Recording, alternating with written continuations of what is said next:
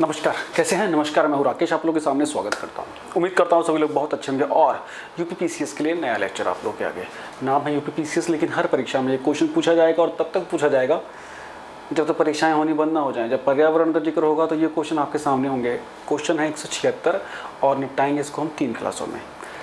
ऐसे क्वेश्चन जो आप लोग को आसानी से आते होंगे, नहीं आते हैं तो गलत है, बिकॉज एनवायरनमेंट एक ऐसा टॉपिक है जो कि आप किसी भी परीक्षा में अगर हैं तो वहाँ से लगभग हमें 100% अंक लेने होते हैं। अगर आप किसी भी बच्चे का के बारे में बात करेंगे जिसने सिलेक्शन लिया हो टीचिंग एग्ज़ाम में या जिसका पीसीएस में प्रीलिम्स अच्छे से क्वालिफाई हो रहा है, उसका एनवायरनमेंट पोर्शन मजबूत मिलेगा, बिकॉज ये ईजीएस्ट पोर्शन कंसीडर होता है। और पर्यावरण में अगर देखा जाए तो एनवायरमेंटल अवेयरनेस, इसके साथ साथ थोड़ा सा ह्यूमन ज्योग्राफी का पोर्शन और थोड़ा सा साइंस का जो पोर्शन होता है एनवायरनमेंट को लेके, वो ये कवर होता है। और लगभग यहाँ से ऑलमोस्ट 95% क्वेश्चन रिपीट होते हैं। ठीक, क्वेश्चन आपके सामने है, धड़ आंसर देने हैं, बहुत कम समय लगेगा। और चैनल पे पूरी रामायण 30 क्वेश्चन के लिए लगता है 1 घंटा, गाना बजाना सब चलता, उसी में चलती रहती बातें। खैर, फटाफट रिकॉर्ड टाइम में 30 क्वेश्चन को निपटाएंगे और आपके आगे अगले लेक्चर्स की रूपरेखा भी रखेंगे। इसको आप इस लेक्चर को चाहे आप पीसीएस की मानिए, चाहे केवीएस के लिए मानिए, चाहे आप मानिए यूपी प्राइमरी के लिए, क्योंकि प्रिपरेशन इन तीनों एग्जामों की हमारी चल रही है। पहला क्वेश्चन कितना क्लियरली दिख रहा है, कौन सी गैस ग्रीन हाउस प्रभाव के लिए जानी जाती है? ग्रीन हाउस इफेक्ट, सबको पता है ग्रीन हाउस इफेक्ट, और हमेशा परीक्षा में क्वेश्चन आएगा, बिकॉज ये ग्रीन हाउस इफेक्ट ही है जिसने सारा कलेश किया हुआ है। सारा कलेश मतलब ग्लोबल वार्मिंग की हुई है। ग्लोबल वार्मिंग क्यों की हुई है? पृथ्वी गर्म हो रही है। क्यों पृथ्वी गर्म हो रही है? क्योंकि उस पर ज़्यादा गर्मी पड़ रही है। ज़्यादा गर्मी क्यों पड़ रही है? इस फिनोमिना की वजह से, ग्रीन हाउस फिनोमिना। ये एक ऐसा फिनोमिना है जिसकी वजह से पृथ्वी में हीट ज़्यादा ट्रैप हो जाती है। बिल्कुल, इसका एक लाइव एग्जांपल आपके आगे है। इन दिनों में, गर्मियों में, जब आप कार में बैठते होंगे तो धूप में जो खड़ी कार होती है, अंदर उसका टेम्परेचर बाहर से कहीं गुना ज़्यादा होता है। यही रीज़न है। ग्रीन हाउस इफेक्ट मैंने कई बार आप लोग एक्सप्लेन कर दिया है, चूँकि यहाँ हम क्वेश्चंस कर रहे हैं तो सिर्फ हम इसको इसी तरह ही डिस्कस कर पाएंगे। तो कुछ गैसें होती हैं जो कि वातावरण में ग्रीन हाउस इफेक्ट जनरेट करती हैं। उनमें से कौन कौन सी गैसें हैं पेपर में आता है, तो वो गैसें हैं CO2 मतलब कार्बन डाइऑक्साइड, मीथेन मतलब CH4, नाइट्रस ऑक्साइड मतलब N2O, जलवाष्प मतलब वाटर वेपर, या इसको आप कह देंगे H2O स्टीम, है ना, और क्लोरोफ्लोरोकार्बन। ठीक, क्लोरोफ्लोरोकार्बन जो है वो ग्रीन हाउस के साथ साथ वो आपका डिप्लेशन भी करती है ओजोन का। तो ये क्लियर हो गया। क्वेश्चन खूब आ जाएगा, ऑक्सीजन डाल देंगे या कोई और गैस डाल देंगे कि क्या ये भी ओजोन, क्या ये भी ग्रीन हाउस इफेक्ट देती है? जी नहीं, हर गैस ग्रीन हाउस इफेक्ट नहीं देती है। अब क्वेश्चन एक और आता है कि सबसे ज़्यादा मतलब ग्रीन हाउस वर्तमान में इनमें से सबसे ज़्यादा योगदान किसका रहता है? वाटर वेपर का। मतलब वाटर वेपर का जो जल वाष्प है, गर्म जो पानी की बूंदें हैं, एक भाप है, ये सबसे ज़्यादा इस समय ग्रीन हाउस इफेक्ट पैदा कर रहा है। ठीक है, अब बहुत से लोग जो पहली बार सुन रहे हैं ग्रीन हाउस, चलो मैं बता देता हूँ। ग्रीन हाउस इफेक्ट बेसिकली पृथ्वी की एक प्राकृतिक पहले प्रक्रिया होती थी। साधारण रूप से पृथ्वी के पास एक अपनी ऐसी ताकत थी कि पृथ्वी के ऊपर जो सूर्य से हीट आती थी उसमें से अपने काम भर हीट रख के बाकी सारी हीट को फेंक देती है और अपने काम भर हीट को वो ट्रैप कर लेती है। वो कैसे ट्रैप होती है? बिकॉज पृथ्वी जो वायुमंडल है ना, तो वायुमंडल में कार्बन डाइऑक्साइड है, तो कार्बन डाइऑक्साइड वो गर्मी को रोक लेती है, जिस वजह से पृथ्वी पे टेम्परेचर गर्म होता था और जीवन हो पाया। ठीक है, लेकिन अब ये तो नेचुरल तरीका था, लेकिन अब हम जब अपना भौतिक जीवन बढ़ाते रहे तो कुछ ऐसी गैसों का प्रयोग ज़्यादा बढ़ गया जो हमारे भोग विलास की वजह से, हमारे लेविश लाइफ स्टाइल की वजह से डेवलप होने लगी, जिसमें ये सारी गैसें हैं। और इन गैसों ने हीट को ज़्यादा ट्रैप करना शुरू कर दिया। जितने हीट की नीड नहीं है उससे ज़्यादा हीट ट्रैप करनी शुरू कर दी, और रिजल्ट हुआ ग्रीन हाउस इफेक्ट फिनोमेना का इंक्रीज होना, और उसकी वजह से वैश्विक तापन, ग्लोबल वार्मिंग, क्लाइमेट चेंज जैसी समस्याएं। ठीक हो गया? तो ये गैसें भैया उसके लिए क्या कहते हैं, जिम्मेदार है। पेपर में आएगा, अब गलत मत करिएगा। नेक्स्ट क्वेश्चन है ग्लोबल वार्मिंग। नाम बदल दिया। ग्लोबल वार्मिंग क्या है? ग्लोबल वार्मिंग ग्रीन हाउस की वजह से होता है, पूरे विश्व का तापमान बढ़ना। ग्लोबल वार्मिंग की सर्वाधिक उत्तरदायी गैस कौन सी है? तो कार्बन डाइऑक्साइड आपको बोलना होगा, कार्बन डाइऑक्साइड। वर्तमान समय में सबसे ज़्यादा परसेंटेज कौन सी गैस का है? H2O का है, वो वाटर जल वाष्प का। इस चीज़ को ध्यान दीजिएगा प्लीज़। लेकिन ग्लोबल वार्मिंग करने के लिए सबसे ज़्यादा इंटेंसिटी किस में है? कार्बन डाइऑक्साइड में है। ठीक है ना, कार्बन डाइऑक्साइड। देखिए, कार्बन डाइऑक्साइड जीवन के लिए बहुत जरूरी है। अगर कार्बन डाइऑक्साइड नहीं होती तो फोटोसिंथेसिस नहीं हो पाता, जीवन नहीं चल पाता। लेकिन अगर कार्बन डाइऑक्साइड की मात्रा बढ़ जाएगी तो ग्लोबल वार्मिंग बढ़ेगी। इसीलिए तो कार्बन का उत्सर्जन घटाने की बात की जाती है। मेरे हिसाब से अब आपका कोई क्वेश्चन गलत नहीं होना चाहिए। नेक्स्ट क्वेश्चन, जुगाली करने वाला पशु किस ग्रीन हाउस गैस को उत्पन्न करता है? पेपर में 10 बार पूछा गया है। जो भैंस गाय मुंह चलाती रहती कंटिन्यूसली, है ना, तो उस प्रोसेस के दौरान उनसे गैस निकलती है उनके माउथ से, उस गैस को बोलते हैं मीथेन या प्राकृतिक गैस। CH4 प्राकृतिक गैस तो नहीं बोलेंगे, मीथेन ही बोलेंगे। हर ऑर्गेनिक चीज़ों की अभिक्रिया में से आपको लगभग मीथेन मिलेगा। जैसे कि कोई भी नाली का पानी जा रहा है, वहाँ जो स्मेल है वो मीथेन वहाँ जनरेट होती हैं। पैडी राइस में, धान के खेत में आपको मीथेन मिलेगा, है ना।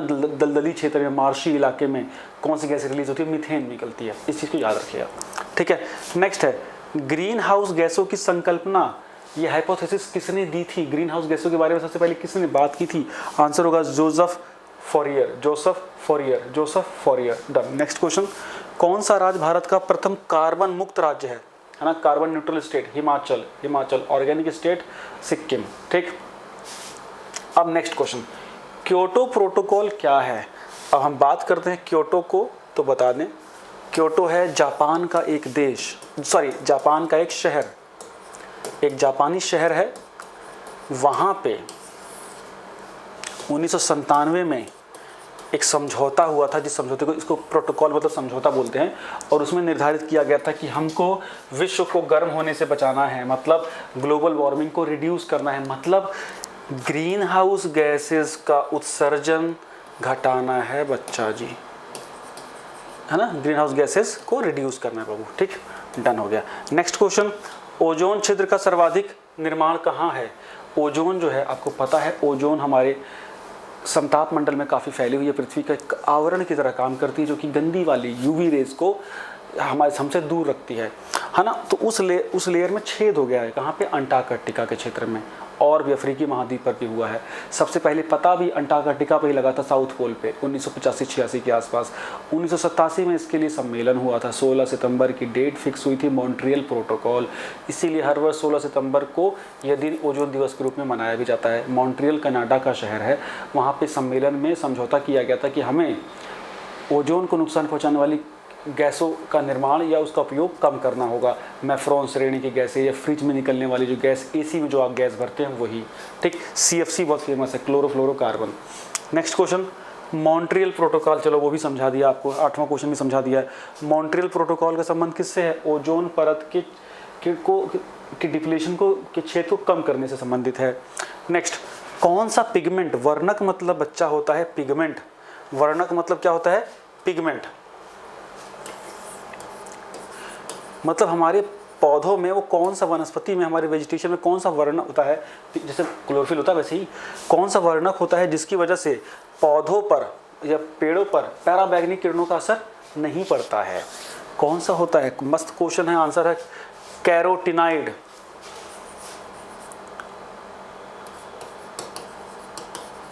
कैरोटीन ऐसे कर याद रख लो, कैरोटिनाइड, ठीक है। मस्त क्वेश्चन है। नेक्स्ट क्वेश्चन आपके आगे है, UNEP, United Nation Environment Programme, इसका हेडक्वार्टर कहाँ पे है? इसका हेडक्वार्टर है नैरोबी, केनिया।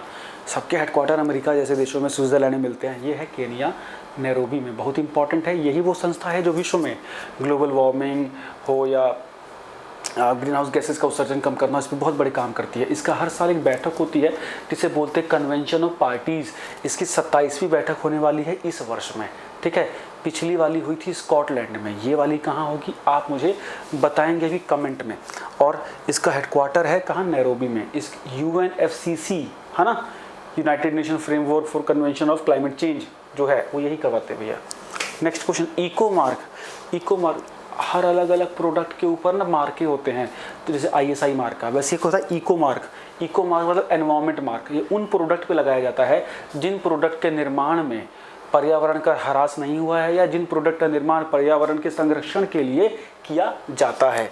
तो ना इको मार्क उन भारतीय उत्पादों को दिया जाता है जो पर्यावरण के प्रति फेमिलियर हो, हेल्पफुल हो, मैत्रीपूर्ण हो। डन है, ईजी है, खत्म करने हैं क्वेश्चन को। नेक्स्ट क्वेश्चन, हाँ देखिए, केनिया की एक बहुत फेमस पर्सनालिटी है वंगारी मथाई, नोबेल पुरस्कार विजेता है। ये किस काम के लिए जानी जाती हैं? इन्होंने सस्टेनेबल डेवलपमेंट के लिए काम किया। धारणीय विकास, सस्टेनेबल डेवलपमेंट मतलब भविष्य की चिंता करके वर्तमान की रिसोर्सेज को यूज़ करना। मेरे पास अगर 2 बाल्टी पानी है जो मुझे कल का भी ख्याल रखना पड़ेगा, तब मैं आज के हिसाब से चलूँगा। सब आज ही उड़ा दूंगा तो कल मैं क्या करूँगा, यही सोच होती है सस्टेनेबल डेवलपमेंट की। अपना विकास भी कर लूँ भविष्य की सोच के। तो हम जो प्राकृतिक संसाधन है इसका इस प्रकार प्रयोग करें कि भविष्य के लिए भी उनको बचाया जा सके, यही होता है सस्टेनेबल डेवलपमेंट। सस्टेनेबल डेवलपमेंट प्राप्त करने के लिए 17 अलग अलग गोल्स रखे हैं यूनाइटेड नेशन ने, जिसके अंतर्गत 2030 तक हमें ये अचीव करने हैं विश्व के सभी देशों को। अब बस की है नहीं किसी के भी, बिकॉज जो विकासशील देश हैं वो बहुत तेज़ी से इनको अपना डेवलप करने के लिए चाहिए। डेवलप्ड देश ऑलरेडी इसको दोहन कर ही रहे हैं, ठीक है। अमेरिका में एक दिन में एक व्यक्ति 56 गैलन पानी जो है यूज़ करता है, ठीक है। भारत में 2 गैलन भी नहीं है, तो ये है डिस्पैरिटी, ठीक।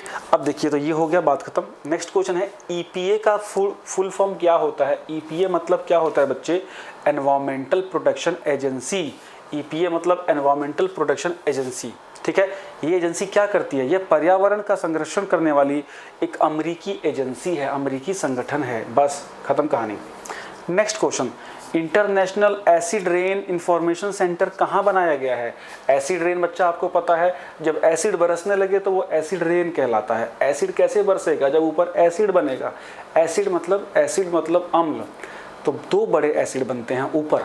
जब हवा में ना पहले से ही कुछ ऐसी गैसें हों, है ना, और जिसमें पानी की बूंदें मिल जाए तो वो मिल के एसिड बनते हैं, जैसे H2O। जैसे देखिए मैं बताऊँ, 2 गैसें हैं खास तौर से, एक तो है SO2 सल्फर डाइऑक्साइड और एक है NO2। तो जब बारिश के समय जब पानी की बूंदें H2O बच्चा इसमें मिल जाता है तो H2O तो बना देता है H2SO4, जिसे आप लोग बोलते हो सल्फ्यूरिक अम्ल, एसिडों का राजा। और दूसरा बनता है HNO3। फिर यही भैया बरसते हैं तो बोलते हैं कि एसिड बरस रहा है। पहली बारिश में नहाने से मना करते हैं मम्मी दादी नानी, है ना। इसीलिए इसका हेडक्वार्टर कहाँ है बच्चे, ओस्लो। ओस्लो मतलब नॉर्वे, है ना। मस्त देश, मस्त शहर, ठीक है, ध्यान दीजिएगा। तो इससे क्या होता है भाई, हमारी जो बड़ी बड़ी इमारतें खराब हो रही हैं, स्किन डिजीजेज होने की समस्याएं बनी रहती हैं। नेक्स्ट क्वेश्चन आपके आ गया, मेघा पाटकर कौन। मेघा पाटकर बहुत बड़ी आंदोलनकारी थी जो कि ह्यूमन रीसेटलमेंट की बात करती थी, पर्यावरण संरक्षण के ऊपर बात कर रही थी। नर्मदा बचाओ आंदोलन के लिए बहुत फेमस थी ये। नर्मदा नदी के ऊपर जो सरदार सरोवर डैम बन गया है उसका विरोध इन्होंने काफ़ी समय से किया था, बिकॉज उनका कहना था कि उस डैम के बनने से वहाँ के लोगों और वहाँ के पर्यावरण को नुकसान हो रहा है। नेक्स्ट क्वेश्चन की ओर चलेंगे। क्वेश्चन पेपर में आता है NEERI, national environmental research institute, NEERI NEERI, national environmental engineering research institute. इसका HQ कहाँ है, इसका हेडक्वार्टर कहाँ है बच्चे, नागपुर। नागपुर है महाराष्ट्र में, और नागपुर में ज़बरदस्त रूप से संतरे भी अच्छे वाले मिलते हैं, ठीक। चलो नेक्स्ट क्वेश्चन, ग्रीन पीस क्या है। ग्रीन पीस पर्यावरण के क्षेत्र में काम करने वाली एक NGO है। नेक्स्ट क्वेश्चन, ग्लोबल 500 पुरस्कार किससे संबंधित है। पर्यावरण के क्षेत्र में दिया जाने वाला वैश्विक रूप से एक पुरस्कार है ग्लोबल 500। कैसा लग रहा है क्वेश्चन, प्लीज़ मुझे बताइएगा। अच्छा लग रहा तो दोस्तों तक शेयर कीजिएगा प्लीज़। चैनल पर नए हैं तो सब्सक्राइब कर दीजिएगा, सब्सक्राइब फ्री में होता है, इससे आपकी मोटिवेशन मिलनी चाहिए उससे, है ना। और टेलीग्राम ग्रुप में आपको सारी चीज़ें मिलती रहेंगी। टेलीग्राम ग्रुप ज्वाइन नहीं किया इन्फॉर्मेशन के लिए और हमारी एक्टिविटीज़ के लिए तो कर लीजिएगा। नेक्स्ट क्वेश्चन, ISO 14001 मार्का क्या है। ISO 14001 ये भी एक सर्टिफिकेशन है। वो क्या है कि एक अंतर्राष्ट्रीय सर्टिफिकेशन जो पॉल्यूशन कंट्रोल करने वाली संस्था को दिया जाता है। मतलब कोई फैक्ट्री मैंने लगाई और उसमें अगर मैं एक सर्टन लेवल तक पॉल्यूशन को कंट्रोल करने के उपक्रम लगाता हूँ, प्रोटोकॉल्स यूज़ करता हूँ, तो मुझे ISO 14001 सर्टिफिकेट मिलेगा कि मैं उसके अनुरूप जो उसके स्टैंडर्ड है उन स्टैंडर्ड को पूरा करता हूँ तो मुझे ये मिल जाएगा। मतलब पॉल्यूशन कंट्रोल करने के लिए जो स्टैंडर्ड्स अगर आप मेंटेन करते हैं तो ये सर्टिफिकेट आपको मिलेगा। नेक्स्ट है Rajiv Gandhi wildlife conservation award. Rajiv Gandhi वन्यजीव संरक्षण पुरस्कार। राजीव किस गलत लिखा हुआ है, गुस्सा मत होइएगा। अब देखिए ये क्या है, ये वाइल्ड लाइफ कंजर्वेशन को लेकर अवार्ड है, ठीक है। भारत सरकार का पर्यावरण मंत्रालय देता है, ठीक है। मुझे नहीं पता कि नाम अभी भी वही है कि नहीं है, ठीक है। नेक्स्ट क्वेश्चन, ओजोन डे कब मनाया जाता है। 16 सितंबर 16 सितंबर 16 सितंबर, सबको पता है, खूब बता दिया। ग्रीन डेवलपमेंट पुस्तक का लेखक कौन है। विकास विकला लिखा, विकास ये टाइपिंग एरर है। ग्रीन डेवलपमेंट एक फेमस पुस्तक है एनवायरमेंट के ऊपर, जिसको लिखा है WM एडम्स। कभी ऐसे स्टैटिक क्वेश्चन पूछ लेते हैं बच्चा, है ना, WM एडम्स। तो नेक्स्ट क्वेश्चन है ग्रीन इंडेक्स किसके द्वारा विकसित किया गया है? ग्रीन इंडेक्स जारी होता है, जो कि जारी करता है वर्ल्ड बैंक। वर्ल्ड बैंक एक ज़बरदस्त संस्था है जो कि पूरे विश्व के ऊपर एक पैटर्न के रूप में काम करते हैं। नेक्स्ट क्वेश्चन, राष्ट्रीय वन अनुसंधान संस्थान कहाँ है? Dehradun. National forest research institute कहाँ है? देहरादून। जितने क्वेश्चन कराए हैं, क्या एक भी क्वेश्चन आपको हल्का लगा? नहीं ना, सारे क्वेश्चन पेपर में आते हैं और आएंगे। नेक्स्ट क्वेश्चन, भारतीय वनस्पति सर्वेक्षण बोटानिकल सर्वे ऑफ इंडिया का मुख्यालय कहाँ है? कलकत्ता में है, कलकत्ता में है, कलकत्ता में है। बस 25 कराएंगे। नेक्स्ट वीडियो के लिए वेट करिएगा। कैसा लगा मुझे ज़रूर बताइएगा। Thank you so much. मिलते हैं, बाय बाय, थैंक यू।